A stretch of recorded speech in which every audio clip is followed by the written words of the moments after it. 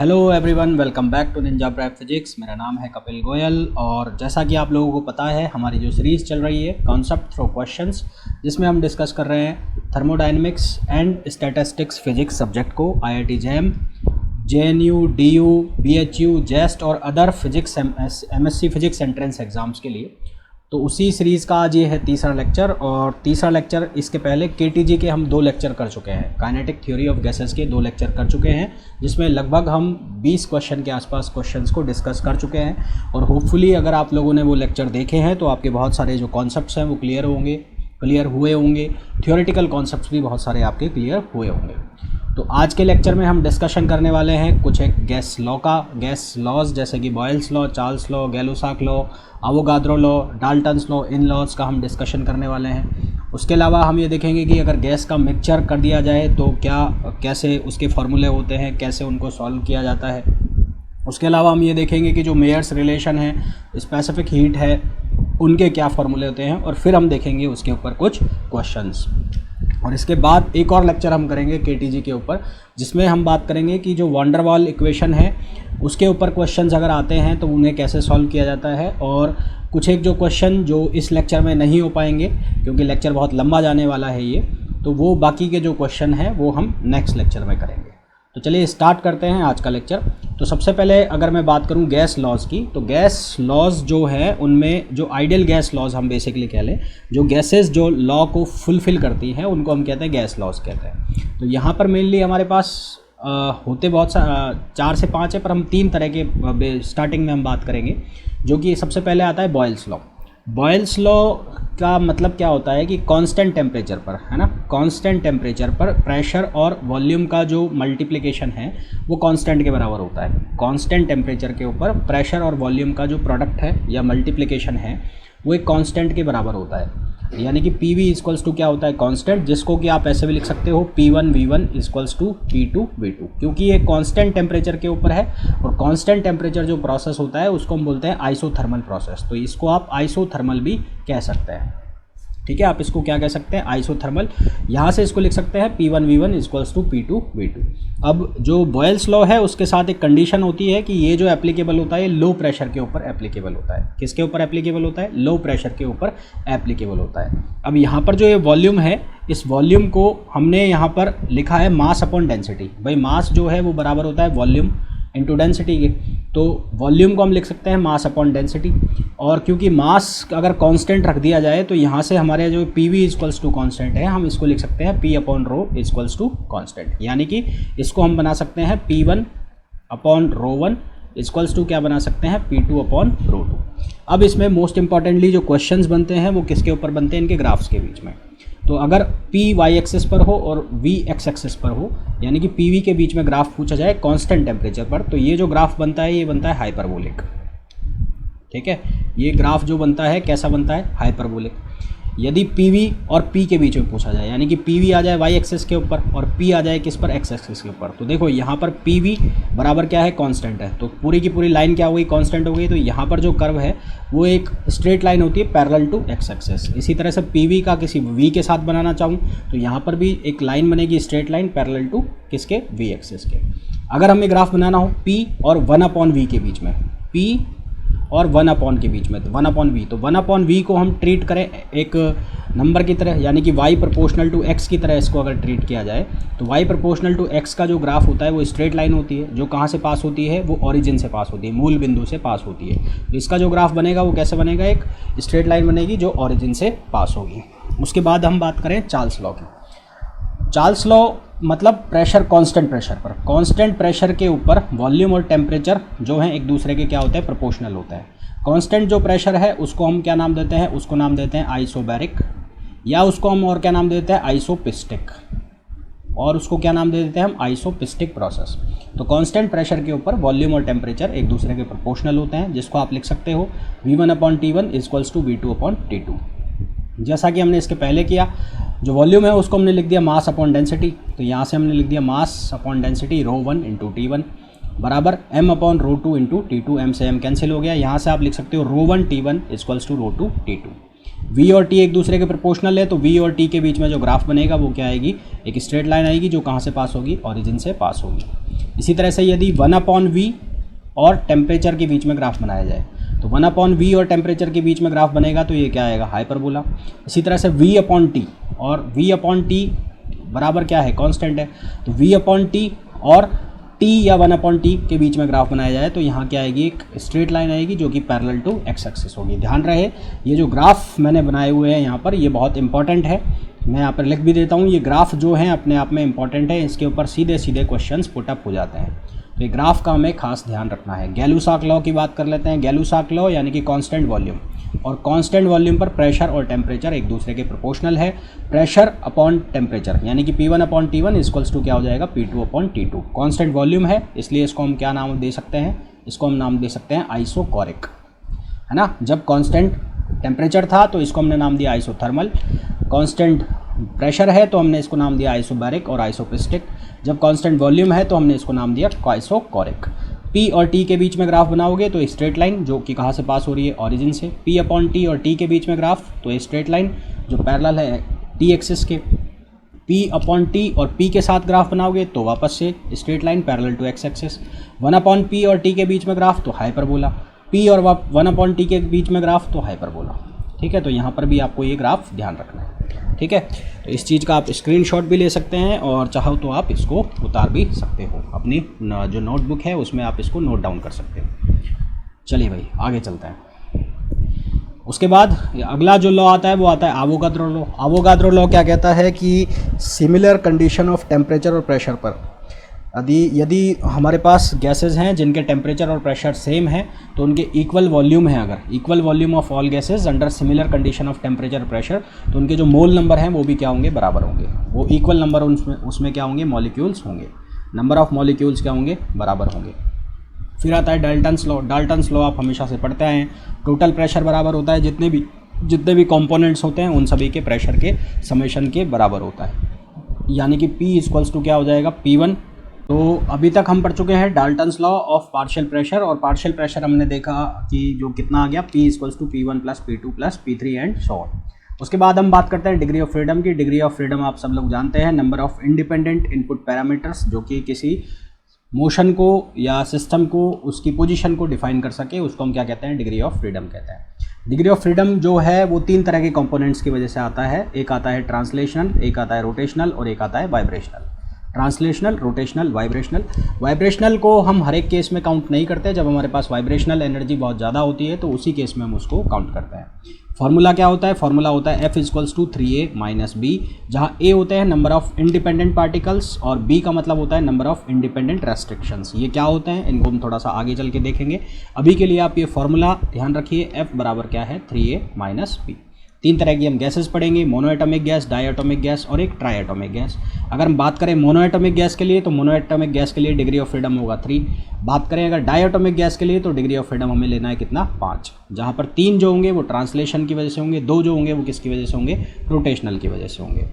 और इसी तरह से ट्राइएटॉमिक गैस की बात करोगे तो वहाँ पर जो डिग्री ऑफ फ्रीडम आएंगे वो डिग्री ऑफ फ्रीडम आएंगे कितने, वहाँ पर आएंगे 6 डिग्री ऑफ फ्रीडम। हाँ, अब मैं बात कर रहा था ये फार्मूला में A और B क्या है। A जैसा कि हमने पढ़ा, A का मतलब क्या है, नंबर ऑफ इंडिपेंडेंट पार्टिकल्स, और B का मतलब क्या है, नंबर ऑफ इंडिपेंडेंट रेस्ट्रिक्शंस। देखिए सबसे पहले बात करते हैं मोनोएटॉमिक गैस के लिए। तो मोनोएटॉमिक गैस के लिए जैसे कि हीलियम हो गया, जितनी भी अक्रिय गैसेज हैं, यानी कि जो लास्ट वाला जो पीरियोडिक टेबल का हमारे पास टेबल होता है तो उसमें हीलियम, नियॉन, आर्गन ये सब हो गए। तो इसमें इसका फिगर देखो, यहाँ पर एक मॉलिक्यूल रखा हुआ है सिर्फ एक, तो यहाँ पर नंबर ऑफ इंडिपेंडेंट पार्टिकल जो है वो कितना है, 1 है, और नंबर ऑफ रेस्ट्रिक्शंस कितने हैं, 0 है। तो डिग्री ऑफ फ्रीडम का फार्मूला 3a - b, a की जगह हमने कितना रख दिया, 1, और b की जगह हो गया 0, तो डिग्री ऑफ फ्रीडम कितना आ गया, 3 आ गया। इसी तरह से डायएटॉमिक के लिए बात करें तो डायएटॉमिक जिसमें दो मॉलिक्यूल से बनकर बना हो, जैसे कि H2O2 N2, है ना, ये सारे के सारे कौन से हो गए, डायएटॉमिक।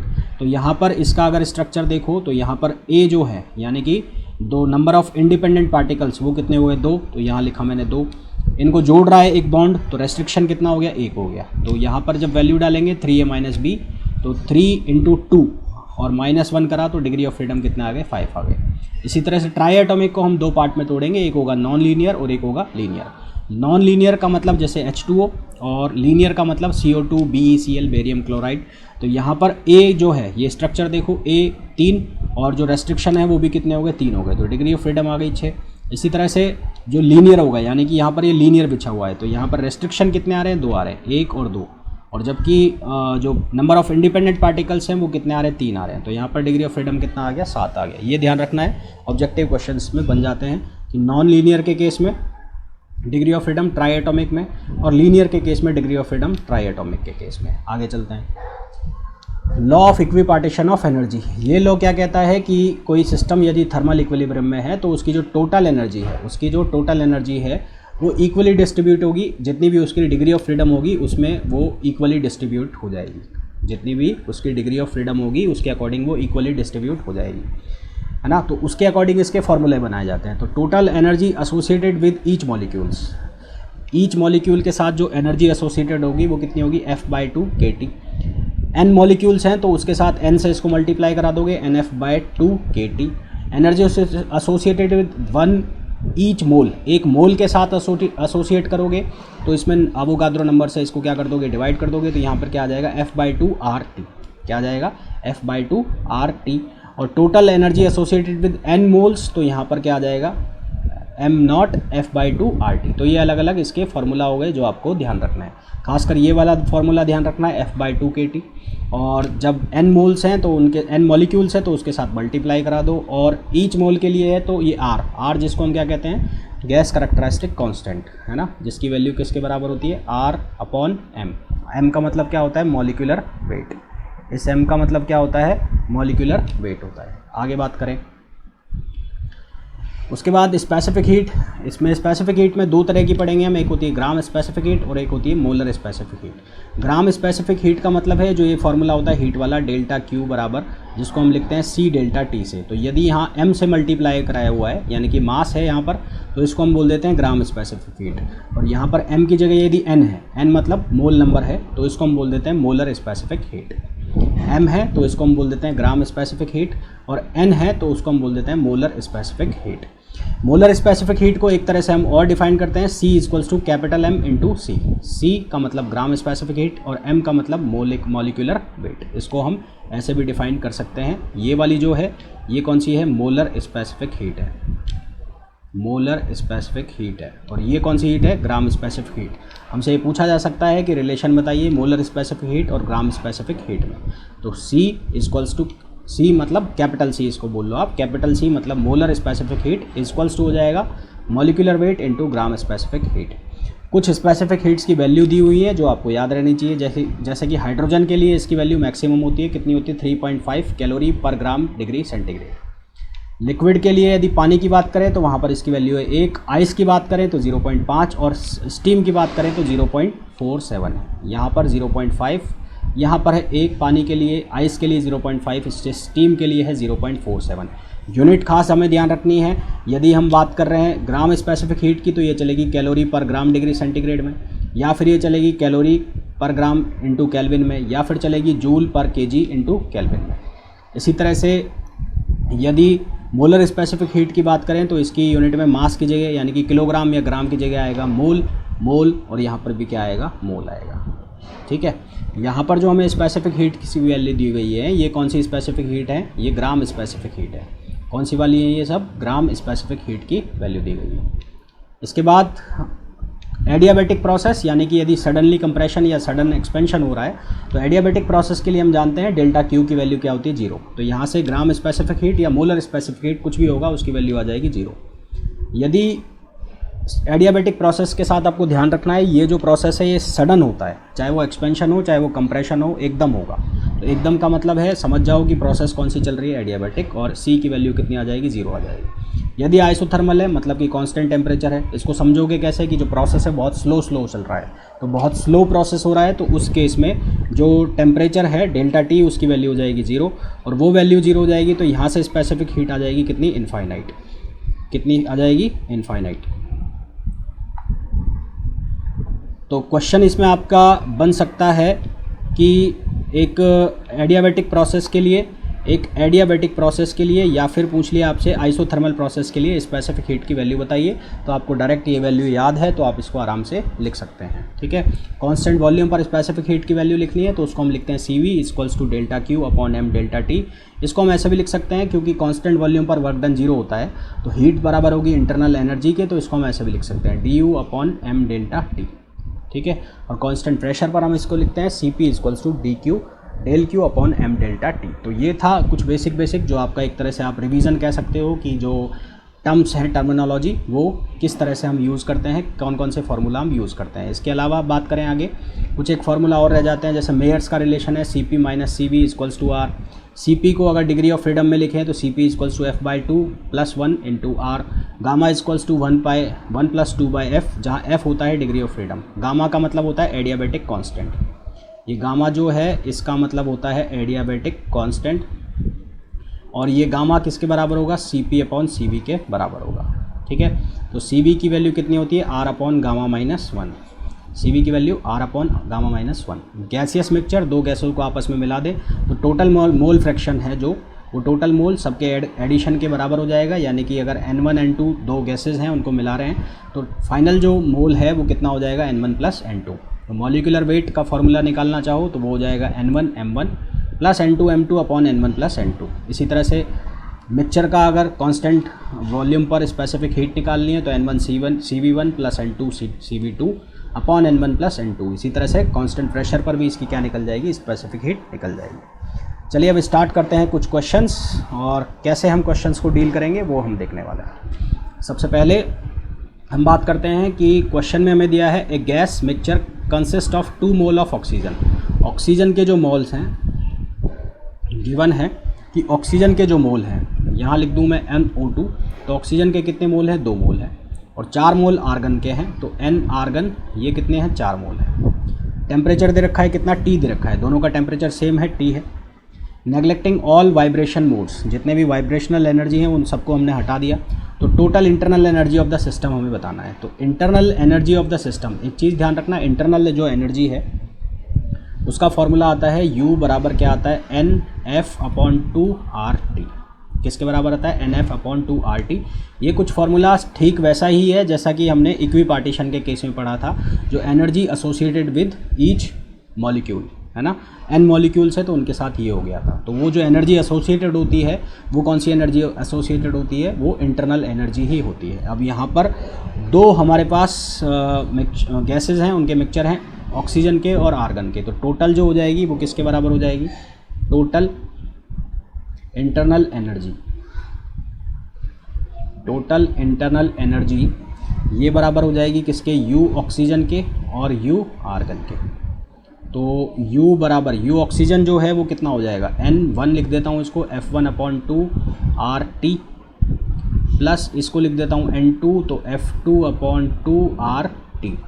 तो यहाँ से वैल्यू डाल दें, N1 की वैल्यू 2, और क्योंकि जो ऑक्सीजन है वो डायटोमिक है तो डायटोमिक की डिग्री ऑफ फ्रीडम 5, और R की वैल्यू को हम बाद में लिख लेंगे, ये T हो गया, क्योंकि R में आंसर चाहिए तो लिखना है नहीं। N2 की वैल्यू कितनी दे रखी है, 4। आर्गन जो है, आर्गन कौन सा हो गया, आर्गन हो गया अक्रिय गैस हो गया, अक्रिय गैस हो गया तो उसके लिए degree of freedom mono atomic हो गया, 3 हो गया, 3/2 RT। इसको सिंप्लीफाई करोगे तो यहाँ से बनेगा 5RT प्लस 6RT, और फर्दर सिंप्लीफाई करेंगे तो ये आंसर आ जाएगा कितना, 11RT, जो कि ऑप्शन कौन सा है, डी ऑप्शन है, जो कि ऑप्शन कौन सा है, डी। तो इसके लिए ऑप्शन कौन सा होगा यहाँ पर, D is the right answer. Next question पर देखते हैं। इस क्वेश्चन में हमें बोला गया है 22 gram of CO2 at 27 degree centigrade. CO2 किस पर है, 22 ग्राम पर है, 22 ग्राम है, तो CO2 के कितने ग्राम दे रखे हैं, 22 ग्राम दे रखे हैं। Mixed with 16 gram of O2 at 37 degree centigrade. ठीक है, तो टेम्परेचर ऑफ द मिक्सचर, दोनों गैस को मिक्स किया जाता है, तो मिक्सचर का सिद्धांत क्या है कि दो गैस जब मिक्स कर रही है तो एक हीट को लूज करेगी, एक हीट को लॉस्ट करेगी और एक हीट को गेन करेगी। तो जिसको जो हाई टेम्परेचर पर है वो तो हीट को क्या करेगी, लॉस करेगी, और जो लो टेम्परेचर पे है वो क्या करेगी, हीट को गेन करेगी। तो हम मान लेते हैं कि जो मिक्सचर है उसका टेम्परेचर T है। ठीक है, तो late consider temperature of the mixture is T। तो temperature of the mixture is T है, तो हीट हीट गेन्ड बाय, जो कम टेम्परेचर पर वो गेन करेगा, CO2 equals to heat lost by O2। तो यहाँ क्या बनेगा, हीट का फॉर्मूला मोलर स्पेसिफिक हीट के फॉर्म में लिखोगे तो N1 CV1 delta T1 equals to N2 CV2 delta T2। ये लिख दिया मैंने फॉर्मूला। अब यहाँ पर N1 चाहिए और N2 चाहिए। N1 N2 का मतलब नंबर ऑफ मोल है ना, तो नंबर ऑफ मोल किसके बराबर होता है, M upon capital M। M का मतलब मास और कैपिटल M का मतलब मॉलिक्यूलर वेट।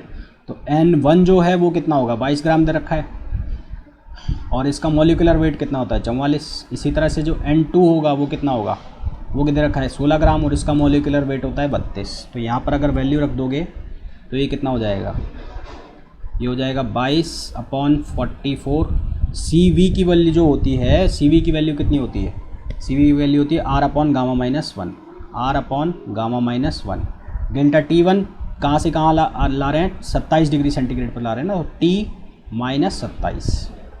ठीक है। इसी तरह से ये कितना हो जाएगा, 16/32, और यहाँ पर ये हो जाएगा R अपॉन CV2 है, गामा माइनस 1, गामा 2 लिख लो, इसको गामा 1 लिख लो, और ये हो जाएगा कितना, 37 माइनस T। इसको लॉस कर रहे हैं, 37 से इसको कहाँ ला रहा है, T पर, और इसको ये क्या कर रहा है, हीट गेन कर रहा है, तो ये 27 से कहाँ आ रहा है, T पर आ रहा है। अब गामा 1 और गामा 2 की वैल्यू को हमें क्या करना है, रिप्लेस करना है। गामा 1 की और गामा 2 की वैल्यू को हमें रिप्लेस करना है। तो गामा जो 1 है, गामा 1 है ना, तो जो ऑक्सीजन है वो कौन सा, ऑक्सीजन है वो कौन सा है, डायटोमिक होगा। तो ऑक्सीजन डायटोमिक है, तो यहाँ पर वैल्यू रखो, डायटोमिक के लिए गामा की जो वैल्यू होगी कितनी होगी, वो होगी 7/5, 7/5। तो 7/5 माइनस 1 हो जाएगा, तो ये बचेगा 5/2 है ना, ये कितना बचेगा, 5/2। तो गामा 2 की जो अगर वैल्यू लिखूँ मैं यहाँ लिख देता हूँ, फॉर डायटोमिक गामा 2 जो है उसकी वैल्यू कितनी हो जाएगी, 7/5 है ना। ये वैल्यू हम कहाँ से निकाल रहे हैं, हमारे पास जो फॉर्मूला था गामा इक्वल्स टू 1 + 2/f, तो यहाँ से हम निकाल रहे हैं। तो गामा की वैल्यू डायटोमिक के लिए कितनी हो जाएगी, 7/5, और डायटोमिक कौन है, ऑक्सीजन है। इसी तरह से इसके लिए निकालना है, तो इसके लिए हमारे पास वैल्यू हो जाएगी कितनी, ये हो जाएगी 3R है ना। 3R की वैल्यू कैसे हो जाएगी, यहाँ पर वैल्यू रख दोगे 8/3, तो यहाँ से वैल्यू आ जाएगी हमारे पास कितनी आ जाएगी, 3R वैल्यू आ जाएगी। ठीक है। तो ये वैल्यू उसको जब हम रख देंगे गामा 1 और गामा 2 की वैल्यू को, तो ये बनेगा 22/44 इंटू यहाँ से बन जाएगा 3R, और ये T-27 इक्वल्स टू 16/32, ये बन जाएगा कितना, ये बन जाएगा 5/2R, और ये बन जाएगा कितना, 37 माइनस T। जब इसको हम फर्दर सिंप्लीफाई करेंगे तो हमारे पास टेम्परेचर की वैल्यू आ जाएगी 32 डिग्री सेंटीग्रेड, और 32 डिग्री सेंटीग्रेड हमारे पास कौन सा ऑप्शन है, ऑप्शन ए हमारे पास 32 डिग्री सेंटीग्रेड है। तो समझने वाली चीज़ क्या थी यहाँ पर, समझने वाली चीज़ ये थी कि आपके पास इस क्वेश्चन के अंदर 2-3 फार्मूलाज का यूज़ हुआ। एक ये वाला फार्मूला यूज़ हुआ, गामा इक्वल्स टू 1 + 2/f। गामा का मतलब होता है एडियाबैटिक कांस्टेंट, और f का मतलब होता है डिग्री ऑफ फ्रीडम। इन दोनों फार्मूला का यूज़ करके हमने किसकी वैल्यू निकाली, गामा की। CO2 के लिए अगर आपको कन्फ्यूज़न है CO2 के लिए, तो हमने CO2 के लिए एक टेबल भी बनाई हुई थी, वहाँ से देख के आप ला सकते हैं वैल्यू, अगर आपको वैसे याद नहीं रहती तो। CO2 यहाँ पे लिखा हुआ है, देखो CO2 ट्राइएटॉमिक में है, तो ट्राइएटॉमिक के केस में इसकी जो हमने डिग्री ऑफ फ्रीडम ली है वो कितनी ली है, 7 ली है यहाँ पर हम इसको लिखेंगे कितनी, 6 लिखेंगे। तो 6 लिखेंगे तो गामा इक्वल्स टू कितना हो जाएगा, 1 + 2/6, जो कि कितना बन जाएगा, 8/6 बन जाएगा, और 8/6 को सॉल्व करोगे तो कितना आ जाएगा, 3R आ जाएगा, जो कि मैंने तुम्हें बताया। ठीक है, आगे वाले क्वेश्चन पर चलते हैं। इस क्वेश्चन में हमें बोला गया है, if 2 moles of diatomic gas and 1 mole of monoatomic gas are mixed with, then the ratio of specific heats are. तो स्पेसिफिक हीट्स का हमें क्या बताना है, रेशियो बताना है। क्वेश्चन में बोला है 2 मोल हैं डायटोमिक गैस के, है ना। डायटोमिक गैस के लिए गामा 1, उसको मैं लिख लेता हूँ, गामा 1 डायटोमिक गैस के लिए, और 2 मोल्स हैं, कितने मोल हैं, 2। तो मिक्स किसके साथ किए जा रहे हैं, मोनोएटॉमिक के लिए, और 1 मोल, तो इसका मोनोएटॉमिक के लिए कितना हो जाएगा, ये हो जाएगा 5/3, इसको गामा 1 लिख रहा हूँ, और N1 कितना हो गया, 1 मोल हो गया। इसी तरह से N2 जो है वो कितना हो जाएगा, 2 मोल, और जो गामा 2 है वो कितना हो जाएगा, 7/5 हो जाएगा। सवाल क्या पूछा है, ratio of specific heats, ratio of specific heats.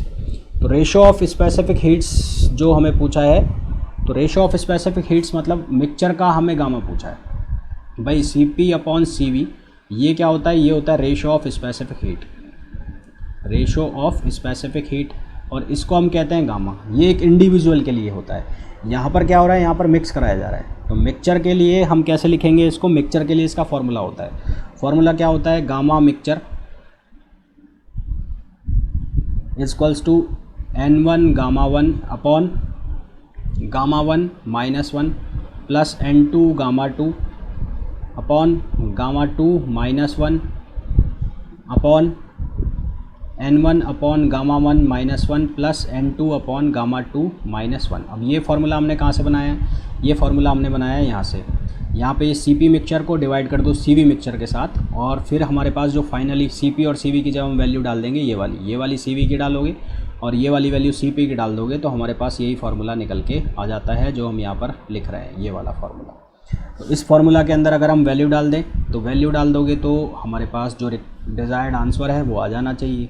तो गामा मिक्सचर N1 की वैल्यू कितनी है, N1 की वैल्यू है 1, गामा 1 की वैल्यू कितनी है 5/3, यहाँ पर 5/3 -1 प्लस N2 की वैल्यू कितनी है 2, ये कितना है 7/5, तो ये कितना हो गया 7/5 -1। फिर ये N1 कितना है, N1 है 1 अपॉन 5/3 -1, ये कितना है 2 अपॉन 7/5 -1। इसको जब हम सिंप्लीफाई करेंगे तो हमारे पास जो आंसर आएगा गामा मिक्सचर वो कितना आ जाएगा 19/13। कितना आंसर आ जाएगा 19/13 हमारे पास इसका आंसर आ जाएगा। ठीक है, नेक्स्ट क्वेश्चन पर चलते हैं। 19/13 कौन सा ऑप्शन है, सी ऑप्शन है, तो C will be the right answer. इसके अगले क्वेश्चन में मैं बोला है density of polyatomic gas. Polyatomic gas जिसमें बहुत सारे जो मॉलिक्यूल्स हैं, पॉलीएटॉमिक गैस, स्टैंडर्ड कंडीशन में उसका जो डेंसिटी है वो दी गई है 0.795। The specific heat of the gas at constant volume. Constant volume पर हमें गैस की स्पेसिफिक हीट बतानी है। ठीक है, क्या बताना है, स्पेसिफिक हीट बतानी है गैस की कांस्टेंट वॉल्यूम पर। स्टैंडर्ड कंडीशन दे रखी है, स्टैंडर्ड कंडीशन का मतलब टेम्परेचर है 273 और जो प्रेशर है वो है कितना 1 एटमॉस्फेरिक, या जिसको आप लिख सकते हो 101-325 न्यूटन पर मीटर स्क्वायर। अब इन चीज़ों का हमें करना क्या है, सबसे पहले हमें जो दिया है डेंसिटी, तो आइडियल गैस इक्वेशन का हम यूज़ करेंगे। तो आइडियल गैस इक्वेशन यूज़ करोगे तो क्या लिखोगे, PV = MRT वाला फार्मूला यूज़ करोगे। तो यहाँ से हम क्या निकाल लेंगे, R की वैल्यू निकाल लेंगे, है ना। तो R की वैल्यू किसके बराबर होगी, PV/MT। अब मास अपॉन वॉल्यूम बराबर होता है डेंसिटी, तो वॉल्यूम अपॉन मास जो है वो क्या हो जाएगा 1/ρ हो जाएगा। तो ये जो चीज़ है ये किसके बराबर हो गई 1/ρ, तो ये हो गया P/ρT। तो R P की वैल्यू स्टैंडर्ड कंडीशन में 101-325 और रो की वैल्यू में गिवन है कितनी है 0.795 और टेम्परेचर जो है वो स्टैंडर्ड कंडीशन पर कितना है 273। तो यहाँ से R की वैल्यू आ गई, वो कितनी आ गई 466.7। अब ये जो है यहाँ पर हमारे पास CV की जो वैल्यू है, CV की वैल्यू होती है R/γ-1 और R कौन सा वाला होता है, ये स्मॉल r होता है, R/γ-1। तो CV R की वैल्यू कितनी हो गई 466.7। गामा की वैल्यू, पॉलीएटॉमिक गैस है, पॉलीएटॉमिक गैस के लिए गामा होता है 4/3, तो 4/3 -1। तो इसको सिंप्लीफाई करोगे तो CV की वैल्यू कितनी आ जाएगी 1400। CV की वैल्यू कितनी आ जाएगी 1400 kg और पर इंटू केल्विन। तो यहाँ लिख लो फॉर पॉलीएटॉमिक गैस गामा = कितना हो जाएगा 4/3 हो जाएगा। तो 1400 ये आंसर हो गया। ठीक है, तो आप देख रहे होंगे कि किस तरह से हम जो थ्योरी में हमने फार्मूला पढ़े थे उनका हम यूज़ कर करके इन क्वेश्चंस को सॉल्व कर रहे हैं, और कुछ ऐसे ही क्वेश्चन पूछे जाते हैं आपके एग्ज़ाम पेपर में भी। तो आपको ये अच्छे से आइडिया लग रहा होगा कि किस तरह के क्वेश्चंस पूछे जाते हैं। अगले क्वेश्चन में चलते हैं। वहाँ पूछा है certain amount of an ideal gas are contained in a close vessel. Close vessel में सर्टेन अमाउंट ऑफ गैस को रखा गया है। The vessel is moving with a constant velocity v, the molecules mass of gas is m, the rise in temperature of the gas when the vessel is suddenly stop. जब वो suddenly रुक जाए तो जो राइज इन टेम्परेचर है वो कितना होगा। तो पहला सवाल ये है कि अगर वेजल मूव कर रहा है एक वेलोसिटी के साथ तो उसमें एक काइनेटिक एनर्जी आ जाएगी। ठीक है, तो if m is the total total mass of the gas then its kinetic energy,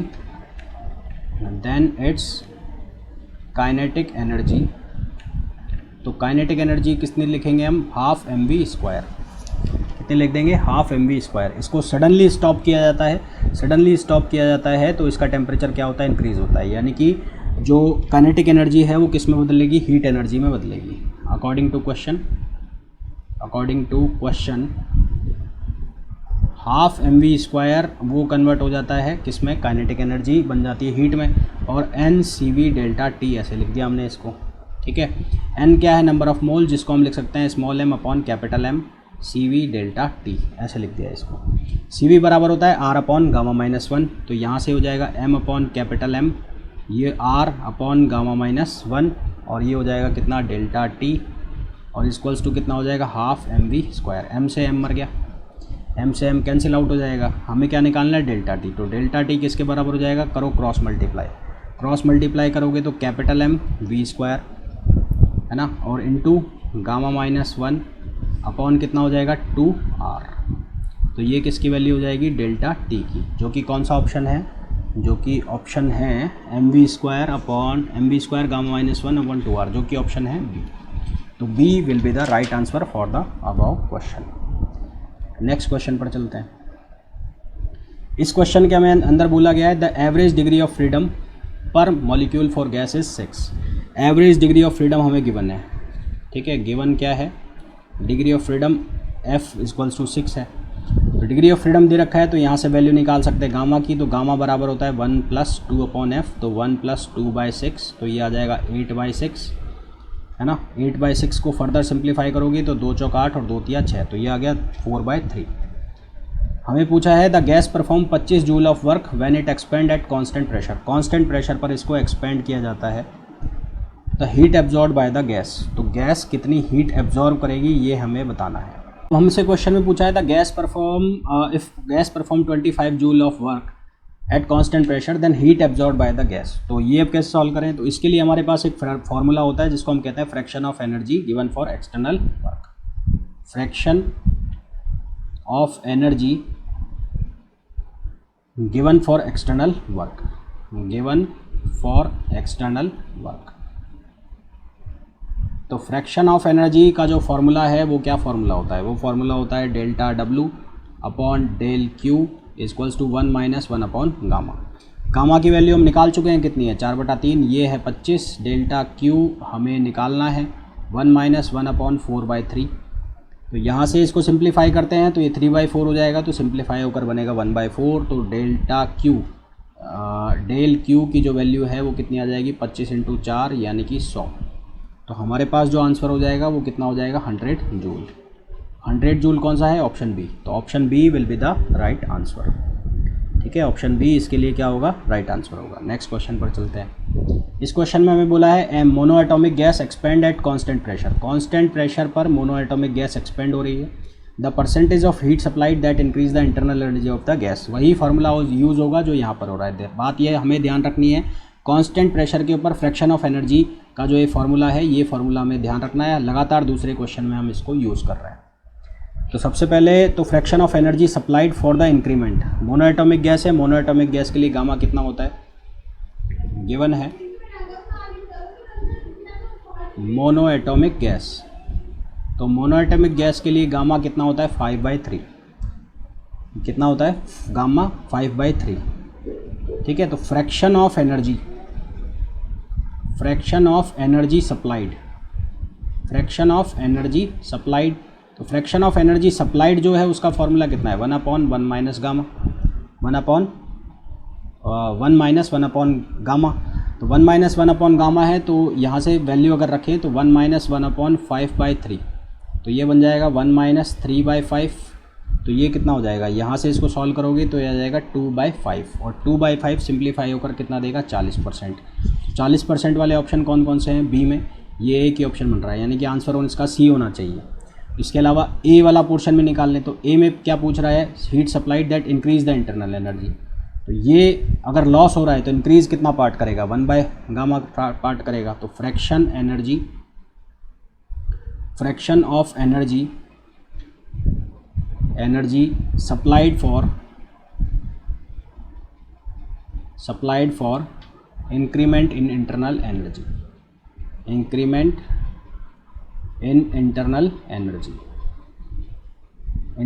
energy. तो यहाँ पर ये कितना पार्ट होगा 1 अपॉन गामा। तो 1 अपॉन गामा को सिंप्लीफाई करोगे यानी कि 1 अपॉन गामा और 1 अपॉन 3, ये कितना होगा 5/3, तो ये बटेगा 3/5 और यहाँ से आ जाएगा कितना 60 डिग्री 60%। तो ऑप्शन सी इसके लिए क्या होगा करेक्ट आंसर होगा। ठीक है, ऑप्शन सी इसके लिए क्या होगा करेक्ट आंसर होगा। नेक्स्ट क्वेश्चन पर चलते हैं।